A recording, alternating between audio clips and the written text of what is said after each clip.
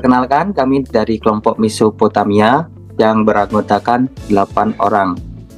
Di sini kami akan menjelaskan tentang Mesopotamia.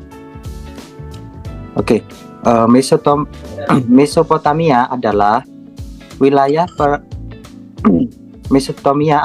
wilayah perlembahan yang terletak di antara dua sungai, yaitu Sungai Tigris dan Sungai Efrat. Bangsa Sumeria membangun beberapa kota kuno yang terkenal, yakni Ur, seperti Ur, Erech, dan Kis. Kehadiran bangsa Akkadia yang juga mendiami kawasan Mesopotamia dipimpin oleh Sargon Agung melakukan sebuah penaklukan politis, tetapi bukan penaklukan kultural. Peradaban Mesopotamia terdiri dari beberapa periode, yaitu periode Sumeria, periode Akkadia, periode Assyria, dan periode Babilonia. Untuk penjelasannya dari Mesopotamia ini, yang pertama ada revolusi Neolitikum sekitar 10.000 SM. Mesopotamia ini merupakan tempat perkembangan terawal dari revolusi Neolitikum yang meliputi penemuan roda, perkebunan tanaman sereal pertama, dan pengembangan aksara kursif, matematika, astronomi, dan agrikultur. Yang kedua ada periode Sumeria yang sekitar 3.500 sampai 2.350 SM. Bangsa Sumeria mendominasi wilayah Mesopotamia dan membangun beberapa kota kuno yang terkenal seperti Ur, Erech, dan Kis.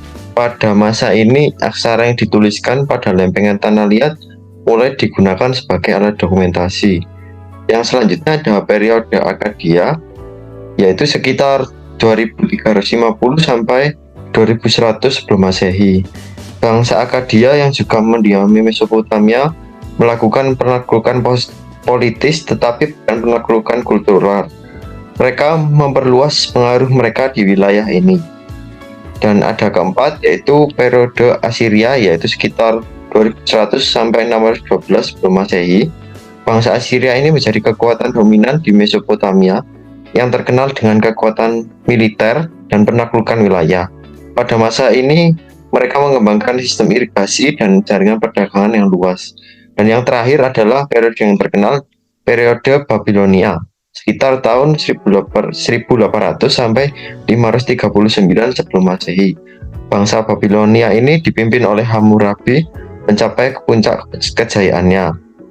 Mereka terkenal dengan hukum-hukum yang tercatat dalam Kode Hammurabi dan pembangunan kota Babylon yang megah. Selanjutnya ada konsep ketuhanan. Yang pertama, politeisme.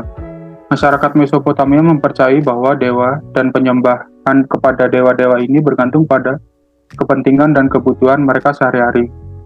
Setiap kota di Mesopotamia memiliki dewa pelindungnya sendiri dan kuil-kuil didirikan untuk menghormati dewa-dewa ini. Kedua, ada kekuasaan. Bangsa Mesopotamia percaya bahwa raja-raja dan ratu-ratu mereka adalah keturunan dari warga kota dewa-dewa. Raja dan ratu dianggap sebagai perantara antara dewa-dewa dan manusia, dan mereka memiliki tanggung jawab untuk menjaga hubungan yang baik dengan dewa-dewa melalui upacara dan pengorbanan. Yang ketiga ada ramalan.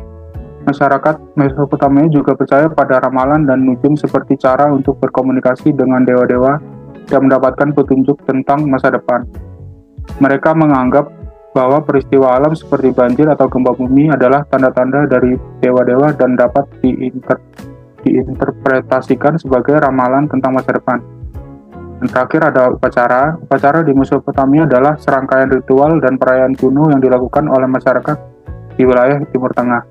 Mereka melibatkan kegiatan keagamaan, pertanian, politik, dan kebudayaan. Contohnya adalah festival Akitu untuk merayakan tahun baru dan ritual keagamaan di kuil-kuil.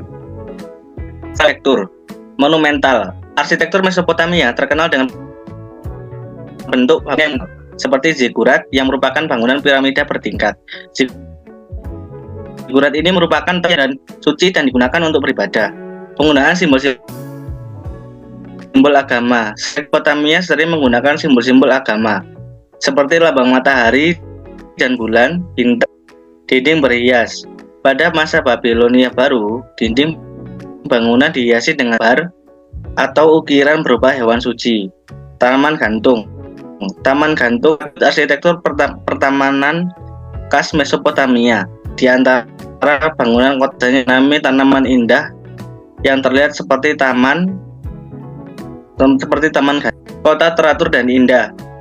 Selanjutnya ada dekorasi khas. Dekorasi khas pada Mesopotamia mencakup pola-pola hiasan geometris dan tumbuh-tumbuhan yang diwarnai dengan warna, stempel silinder, gerabah, zigurat, tanaman gantung, dan seni bangunan.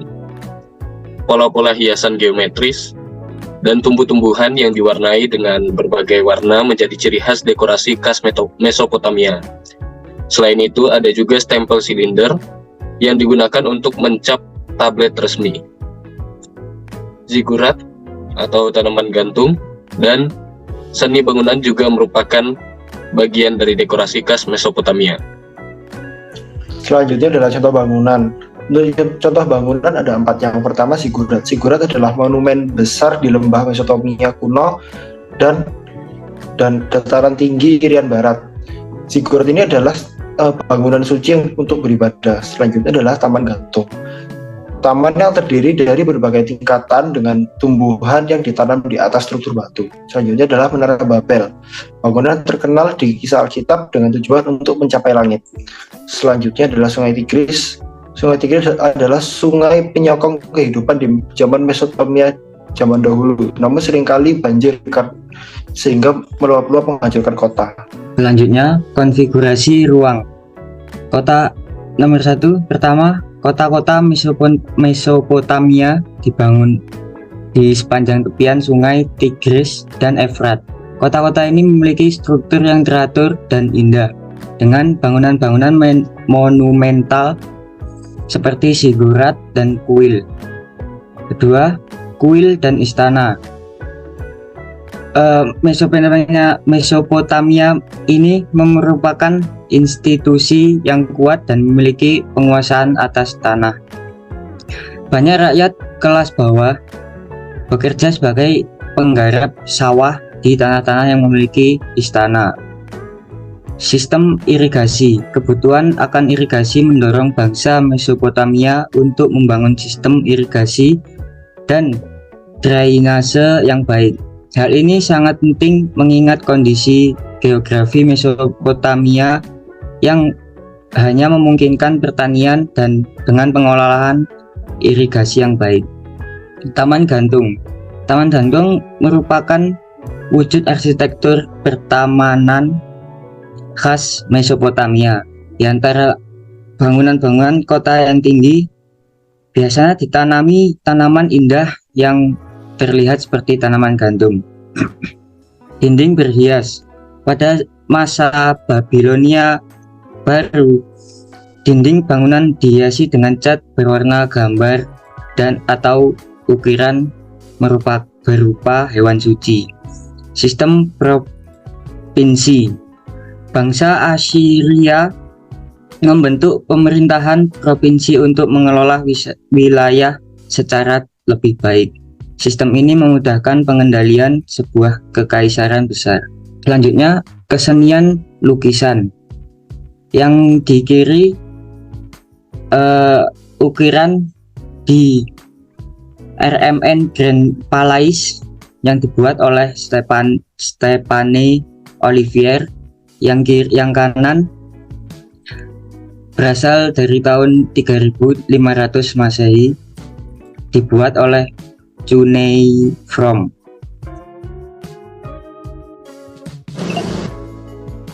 Ada furnitur.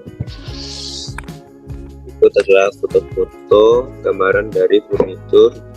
Yang pertama ada kursi kerajaan Assyria, terus ada Babylonian bed, terus ada neoclassical Egyptian style armchair, lalu yang ada Egyptian chess. Next. Sekian dari kelompok kami, terima kasih.